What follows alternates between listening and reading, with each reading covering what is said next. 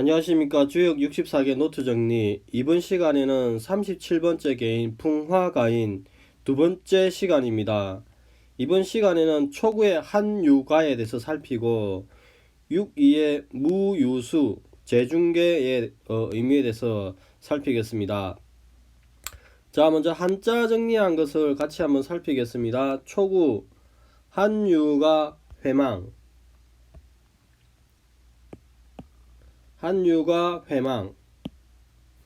법도로 집을 방비하니 여한이 없다. 상활 한유가 짐이 변냐. 법도로 집을 방비해야만 뜻이 변하지 않는다. 이렇게 이야기합니다. 이 한은 한자가 이제 기본적으로 나무로서 문을 막는다 이렇게 이야기합니다. 그리고 효 위치를 보면은 이제 여기는 초여로서 바른 자리죠. 바른 자리고 육사와 응의 관계에 있습니다.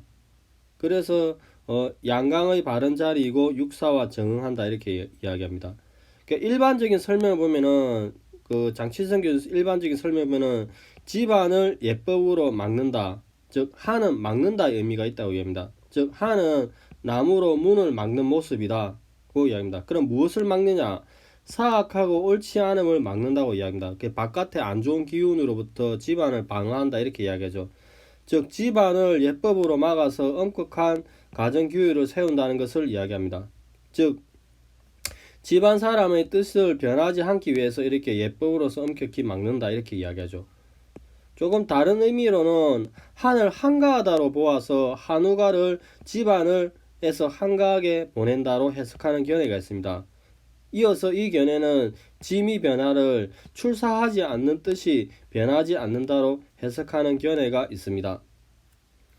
황태현 교수님은 이제 이 설명을 하기를 한은 법도다. 초창기라서 무질서했던 집안 또는 새로 문을 연 가게 또는 집안의 조직, 기업, 집단, 정권에서 처음으로 법도를 세우고 질서를 세우는 과정이다. 그래서 이러한 상태에서 초창기에 스트레스로 인한 혼란이 사라진다고 이야기합니다. 그러면 이제 실천적으로 우리가 효를 받았을 때 이제 한유가의 상징성이 무엇인지, 그 다음에 뜻이 변하지 않는다고 했는데 변하지 않는 뜻이 무엇인지 이제 고민을 실천적으로 할 필요가 있을 것 같습니다. 자, 초구는 여기까지 하겠습니다. 6.2를 보겠습니다. 무유수 재중괴 정길 아무것도 이루는 바 없음이니 안살림을 맡은 위치에서 알맞게 먹이고 있으니 바르고 길하다. 그 다음에 유기직일 순이종냐. 유기직일은 순하고 겸손하게 따름이라 이렇게 이야기합니다.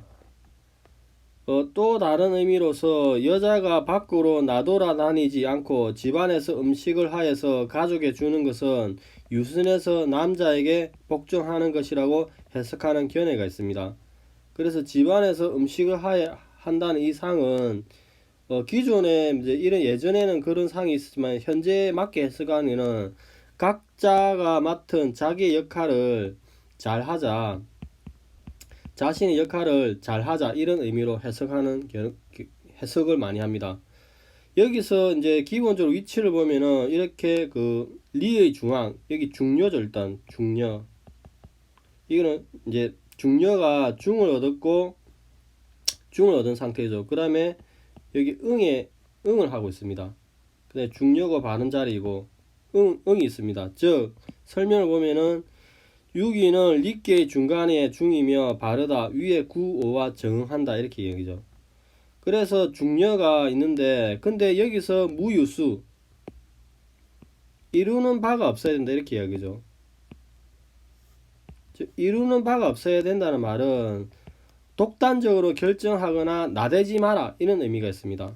즉 무유수는 혼자서 결정하지 마라. 즉 그리고 이제 여기에 수는 이룸 독자적인 결정을 하는 뜻이 있으니까 아까 그 이야기한 무유수의 물상이 혼자서 무엇인가를 독단적으로 결정하지 마라 이렇게 이야기합니다. 이제 이어서 설명하면은 예전에 이제 이걸 해석하기를 바깥에서 이루는 뜻을 버리고 집에 있으면서 음식을 만들어 바치는 상이라고 이야기합니다. 즉 이의 상징성은 오늘날 각자 자기가 맡은 본인의 일, 고유한 업무를 하게 되면은 길하다 이렇게 이야기합니다. 그냥 중개의 이거 형식적 의미를 보면은 집안에서 음식을 하여 가족에게 주는 것을 말한다. 즉 육인은 나를 드러내지 않고 해야지. 육인은 결국 나를 드러내지 않고 해야지, 순종으로서 해야지 겸손하고 길하다고 이야기합니다. 실천적으로 이제 우리가 효를 받았을 때 이제 무유수의 상징성이 무엇인지, 나대지 마라, 이루는 바가 없어야 된다 상징성과 그다음 재중개의 의미가 무엇인지를 이제 고민을 할 필요가 있을 것 같습니다. 자, 여기가 이제 일반적인 설명이고 다산의 설명을 보겠습니다. 한유가 회망, 상활, 한유가 짐이 변냐. 집안 단속을 철저히 한다면 후회하는 일은 없을 것이다. 상활, 집안 단속을 철저히 함이니 그 엄중히 경계하려는 의지가 초질간 변하지 않을 것이다. 이렇게 이야기합니다. 자, 한유가의 물상을 보면은 이제 기본적으로 본계가 여기 있죠. 본계는 천산둔이라는 본계의 모계로부터 왔죠. 천산둔은 이렇게 학계가 간의 문, 대문이 있는 거죠. 그래서 추위를 하게 되면은 기본적으로 천산둔계 시즌에는 간의 문이 있더라도 가정을 이루지 못했다고 이야기합니다. 근데 이제 풍화가인이 되면은 이렇게 감의 집이 있게 되고 리의 방비함이 있게 되니까 이제 엄중히 집을 방비하는, 즉 간의 대문에 엄중히 방비가 돼서 집이 생긴다 이렇게 이야기합니다. 철저히 단속한다 그런 의미도 있죠. 그래서 아까 이 한이 나무로 문을 막아서 방비함의 물상이 있다고 이야기합니다. 그 다음 회망, 지미변은 이렇게 풍화가인은 이렇게 풍택중부로 붙어왔죠. 풍택중부는 크게 대리의 물상, 방비함의 물상이 있는 거죠. 그래서 추위를 하더라도 여전히 이렇게 리의 방비함이 있으니까 이제 리의 방비함의 변화가 없으니까 회망이라고 이야기합니다. 그러면 이 뜻은 무엇인가? 리는 의지를 이야기하고 집안을 다스리고 법도에 있어서 밖의 환란에 대비하기 위해서 신중해서 안과 밖을 엄격히 하면은 모두 바르게 된다 이렇게 이야기합니다. 자, 글을 한번 마지막 읽어보겠습니다.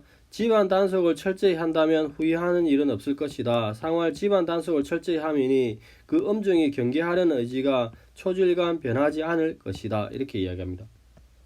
자, 여기가 이제 초구에 대한 설명이고 6.2를 보겠습니다. 무유수, 재중계, 정길, 상활, 유기직일, 순이손냐.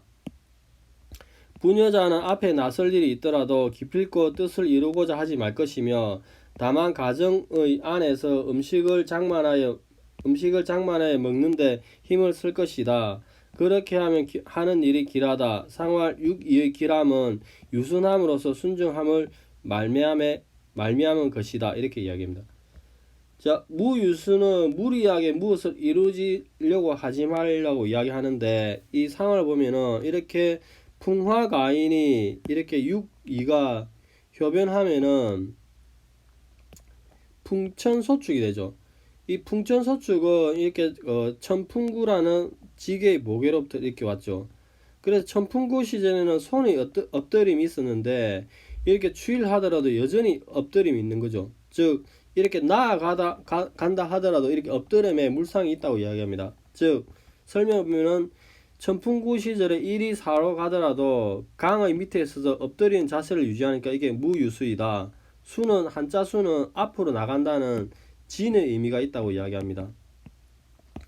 그래서 여기에서 부인의 바른 도리는 내가 앞서서 나가서 취할 일이 있더라도 끝까지 기필코 달성해야 되겠다는 그런 방식으로 일처리를 하면 안 된다고 이야기합니다. 즉 어떤 일이라든지 반드시 내가 성취해야겠다는 그런 방식으로 일처리하면은 곤란하다 이렇게 이야기합니다. 그래서 무유수의 물상을 도출해냅니다. 재중계의 물상은 이렇게 이제 풍화가인이 6.2가 효변하면은 풍천소축이죠. 풍천소축은 또 다른 모계인 택천캐로부터 이렇게 왔죠. 택천캐 시절에는 이렇게 하나가 제일 위에 있죠. 그래서 비록 음식을 하더라도 이 태 음식을 하더라도 음식을 올리는 상이라 하더라도 하나가 제일 밖에 있으니까 여인이 제일 바깥에 있는 그런 물상이 된다고 이야기합니다. 즉 택천케 시절에 음식을 만들어 올리는 상이긴 하지만 상계가 태 음식이지만 그 여인이 바깥에 자리에 하고 있어 음이 제일 위에 있다 이렇게 이야기합니다. 그러면은 풍천소축이 되면은 이렇게 태 음식이 안으로 들어오는 거죠. 즉 또한 음도 이렇게 안으로 들어오는 거죠. 즉 소축이 되면은 그 여인이 안으로 들어와서 태의 음식을 주관하게 된다 이렇게 이야기합니다. 그래서 제중계 집안에서 음식을 대접해서 올리는 물상이 나온다고 이야기합니다. 그 다음에 정길 발음이 길하다는 이야기는 이렇게 그 풍화가인에서 기본적으로 감의 물상이 이렇게 있는 거죠. 사합이 일처리가 있는 거죠. 근데 이제 이렇게 효변하면은 풍천소축이 되죠. 그래서 일단 감의 사합에서 순조로움이 있고 그 다음에 천풍구에서 이렇게 추이를 하게 되면은 음이 이렇게 사효로서 제자리를 획득하는 거죠. 그래서 일을 맡아 처리함이 바람 좋다 이런 물상이 제자리 그러니까 그런 물상이 나오는 것입니다. 그 다음에 순이소는 이렇게 풍화가인이 이제 효변을 하게 되면은 풍천소축이 되죠. 근데 풍천소축은 또 다른 모계인 택천케로부터 이렇게 왔죠. 그래서 음이 제일 위에 있어서 위험한 상황에서 스스로 음이 아래로 내려와서 이렇게 순종하는 태도를 보이니까 순이손의 물상을 도출해내는 것입니다. 즉 유가 자신을 낮춰서 아래로 내려오니까 손이 유수하게 따르는 덕을 이루니 순이손의 물상이 나온다고 이야기합니다. 자, 여기를 보면은 글자를 마지막 읽어보겠습니다. 부녀자가 앞에 나설 일이 있더라도 기필코 자신의 뜻을 관철시키고자 이루고자 하지는 말 것이며 다만 가정의 안에서 음식을 장만해 먹는 일이 내 힘쓸 것이니 그렇게 하면 길할 것이다. 하는 일이 길하다. 상활 유기의 길함은 유순함으로서 순정함에 말미암은 것이다. 이렇게 이야기합니다. 즉 무유수는 굉장히 고집스럽게 무언가를 이루려는 일처리 방식에 대한 경계로서 살펴야 될 것 같습니다. 자, 오늘은 이제 풍화가인의 초구와 유기에 대해서 살폈습니다. 여기에서 초구에서는 한이 어떠한 의미를 가지는지 그리고 변하지 않는 뜻의 상징성은 무엇인지 검토가 필요하고 유기에서는 무유수의 의미와 재중계의 상징성에 대해서 검토할 필요가 있을 것 같습니다. 자, 오늘은 여기까지 하겠습니다.